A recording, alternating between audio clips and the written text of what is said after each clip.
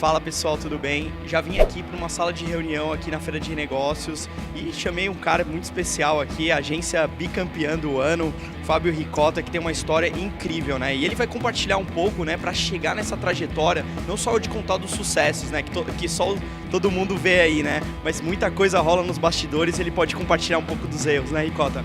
E aí, Espina, tudo bem? Dá boas-vindas ao pessoal a esse vídeo aqui, né? A gente tá gravando no meio da feira de negócio, rolando lá o pau comenda, né? A gente querendo vender, pessoas procurando parceiros de negócio.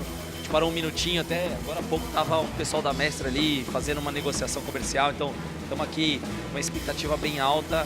E cara, vale tudo, vale perguntar tudo e principalmente dos erros, não tem problema não. Manda aí o que você tem de dúvida principal sobre os nossos grandes erros, né?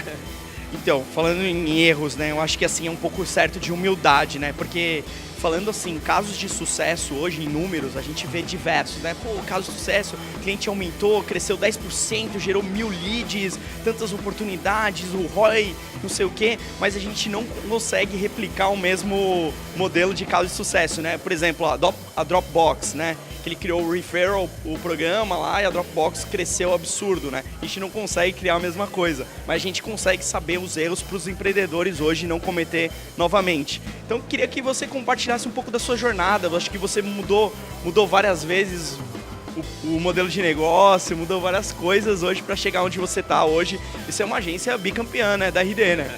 Legal, Espina. Bom, a gente vai falar dos 3 pilares, né? Pessoas, processo e produto.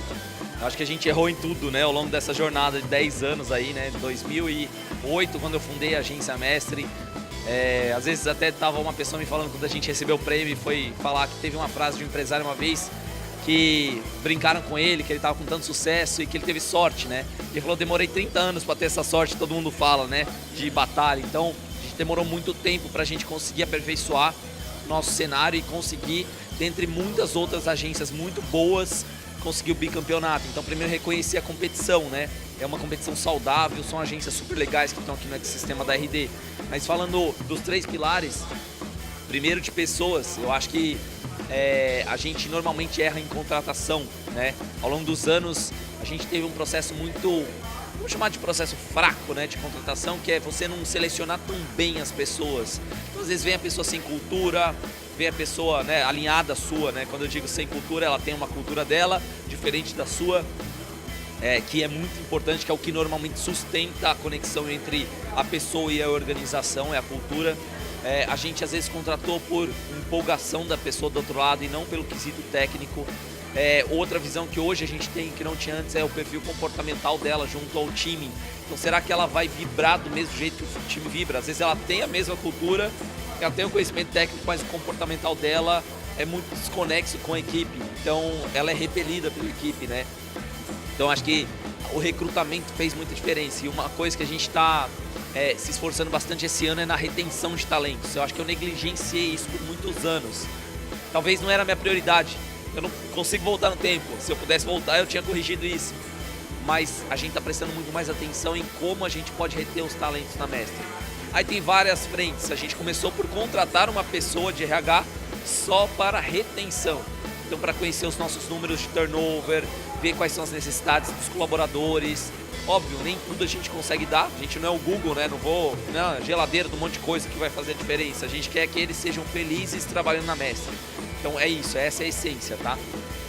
Falando de processo, eu acho que por muito tempo a gente acreditou no nosso know-how, eu posso dizer até no meu, que eu sabia fazer e que eu tinha capacidade de ensinar verbalmente para você. E a gente negligenciou a frente da escrita técnica, dentro, né? Escrever de fato os processos. A gente demorou bastante também para adotar um software de gestão de tarefa. Então a gente sempre tentou patinar em um ou outro software bem simples, tipo Trello da vida, mas quando você cresce a organização, ele não dá conta. Então não é jabá nem nada, mas cada um tem a opção que tem. A minha opção foi a RunRunt. Eu falo isso abertamente, eles não me patrocinam para isso, mas é porque a gente usa mesmo. E ele me deu uma visão mais clara de quando é que o colaborador pode ou não pode fazer tarefa. E a diferença de um Trello é você ter uma visão multicamadas de projeto, né? Então, quando a organização cresce, os clientes crescem, não dá para você ter 80 boards no Trello. Não funciona, na escala não funciona. Quando você tem um time pequeno, funciona muito bem. Então, esse detalhe a gente conseguiu aprimorar. Então, um software de gestão de tarefa, controle de tempo dos colaboradores para saber se eu estou tendo lucratividade ou não com o projeto. Então, a gente falou de pessoas, processo e o produto. Eu acho que o produto, eu demorei muito, quando a gente nasceu como mestre SEO, eu demorei muito para abrir as outras frentes, né? Como diria meu antigo sócio, né? Ex-sócio, ele falava, Fábio, a gente precisa botar produto na prateleira. Não dá para viver só de SEO.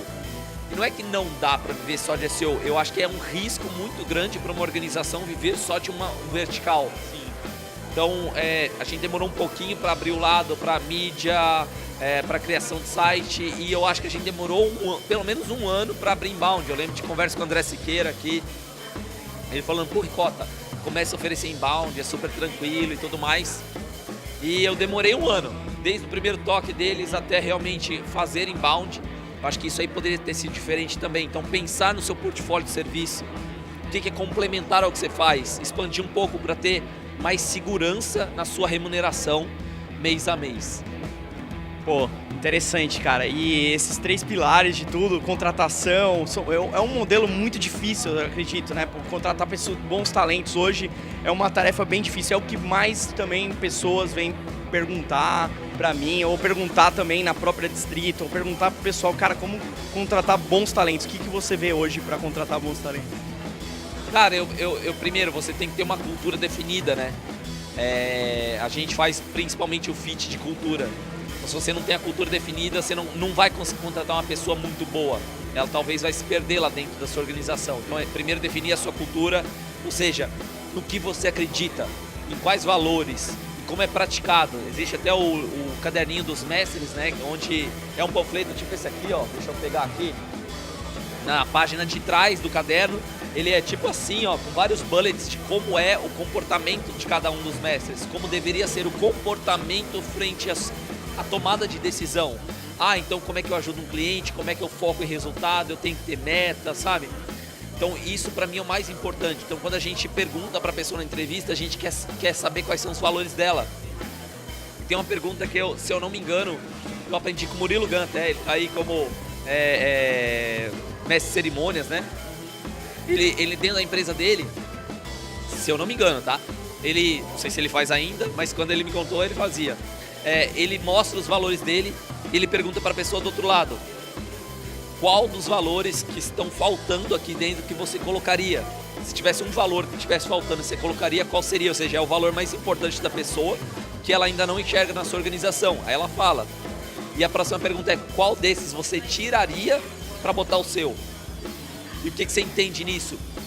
Todo mundo tem valores e normalmente existem alguns desses valores que você abriria mão e outros que não são, você não toca, né? É tipo pétreo, né? Esse aqui, se mexer, ele não está alinhado comigo.